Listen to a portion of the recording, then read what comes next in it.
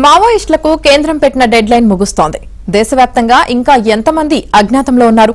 వారిలో తెలంగాణ వారు ఎంతమంది? గడువు ముగిశాక అజ్ఞాతంలోని నక్సల్స్ పై కేంద్రం వైఖరి ఎలా ఉండబోతోంది?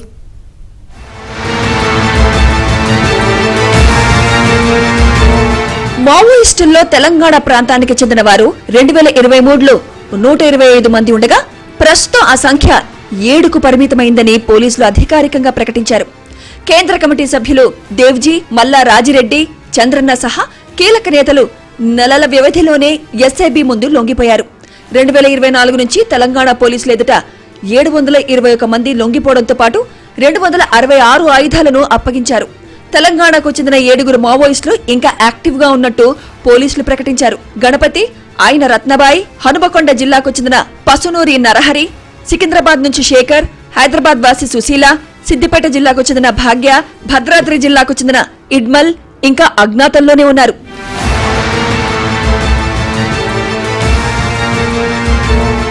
మావోయిస్ట్ అగ్రనేత గణపతి పోలీసుల ముందు లొంగిపోతాడని పెద్ద ఎత్తున ప్రచారం జరిగినా ఇప్పటిదాకా ఆయన బయటకు రాలేదు. దేశాన్ని మావోయిస్ట్ రహితంగా ప్రకటించాలన్నా, తెలంగాణ రాష్ట్రాన్ని నక్సల్స్ ఫ్రీ స్టేట్ గా చెప్పాలన్నా అధికారిక రికార్డుల్లో ఉన్న మావోయిస్టులంతా లొంగిపోయారని లేదంటే చనిపోయారని ప్రకటించాల్సిందే.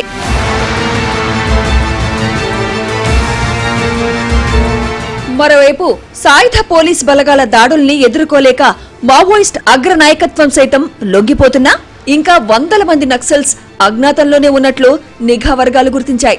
కేంద్ర రాష్ట్ర కమిటీల్లోని పెద్ద క్యాడర్ సరెండర్ అవుతున్నా డివిజన్లో కమిటీ సభ్యులు మాత్రం అజ్ఞాతం వీడేందుకు అంగీకరించడం లేదని సమాచారం. అయితే మార్చి 31 తర్వాత అడవుల్లోనే ఉన్న మావోయిస్టులపై కేంద్ర ప్రభుత్వ వైఖరి ఎలా ఉంటుందన్నది వేచి చూడాలి.